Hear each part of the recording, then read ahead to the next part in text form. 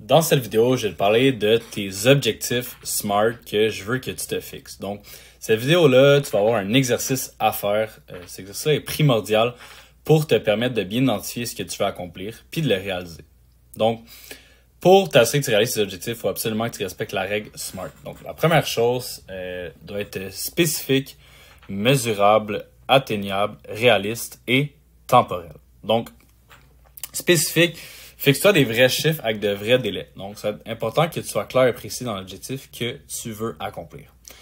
Par rapport aux chiffres, il faut juste faire attention ici de ne pas mettre l'accent sur la balance puisque vous allez être déçu au final, mais de plutôt y aller avec des chiffres, exemple d'action, donc aller 4 fois au gym, manger 180 grammes de protéines, des choses comme ça. Par la suite, mesurable. Donc, assure-toi que ton objectif est traçable, donc mesurable avec des key point indicateurs, donc en termes de quantifier des résultats. Donc, encore là, d'y aller plus avec les résultats que tu veux atteindre et non seulement la balance. Donc, on va voir des indications de façon par la suite.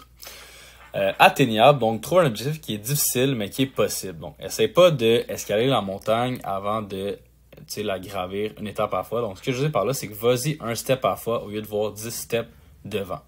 Donc, assure-toi que c'est quelque chose d'atteignable et que tu vas être aussi fier de l'atteindre. Par la suite, doit être réaliste. Donc, sois honnête avec toi-même, tu sais de quoi tu es capable. Je veux que tu aies un objectif quand même assez élevé qui va te driver, qui va te pousser, mais quelque chose qui est réaliste. Donc, ne pas penser perdre 100 livres en 3 mois, par exemple. Ça serait irréaliste. Par la suite, donne-toi un délai, donc un deadline sur lequel tu veux réussir. Je vais te demander dans cet exercice-là d'identifier un objectif court terme, moyen terme et long terme. Donc 3 à 6 mois court terme, 6 à 12 mois moyen terme et long terme 2 à 3 ans. Par exemple, moi j'ai mis court terme, je vais aller au gym 4 fois par semaine pour les 3 prochains mois. Moyen terme, je veux respecter mon engagement de mon entraîneur pendant les 6 mois et je veux voir une diminution de mon taux de gras en comparant mes photos au début. Ça, c'est plus ou moins précis. Mais ça reste que c'est un bon objectif. On pourrait aussi y aller avec, par exemple, je veux perdre 30 livres en 6 mois. Ça pourrait être bon. Par contre, ça mettrait l'accent sur la balance. On pourrait dire aussi, je veux voir une différence entre mes photos d'avant et de maintenant. Et l'objectif long terme, je vais m'entraîner chaque semaine pendant 2 ans. Ça pourrait être un bon objectif. Donc, prends le temps de faire ça. Assure-toi que c'est le plus, dans le fond, smart possible. Si jamais tu as un doute, envoie-moi un message, ça va me faire plaisir. C'est vraiment pour toi cette feuille-là.